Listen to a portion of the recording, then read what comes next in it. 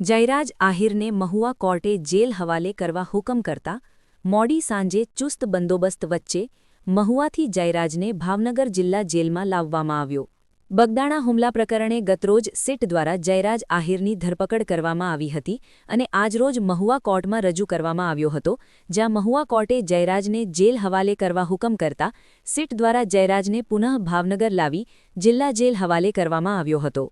બગદાણા હુમલા પ્રકરણે રોજ નક્કર સબૂતો સાથે હુમલા પ્રકરણે જયરાજ આહિરની ખુલતા સિટ દ્વારા ધરપકડ કરવામાં આવી હતી અને આજરોજ આહિરને મહુવા કોર્ટમાં રજૂ કરવામાં આવ્યો હતો, જેમાં કોર્ટ દ્વારા જયરાજને જેલ હવાલે કરવા હુકમ કરતા ચુસ્ત બંદોબસ્ત વચ્ચે મહુવાથી જયરાજને ભાવનગર જિલ્લા જેલ ખાતે લાવવામાં આવ્યો હતો અને જેલમાં મોકલવામાં આવ્યો હતો.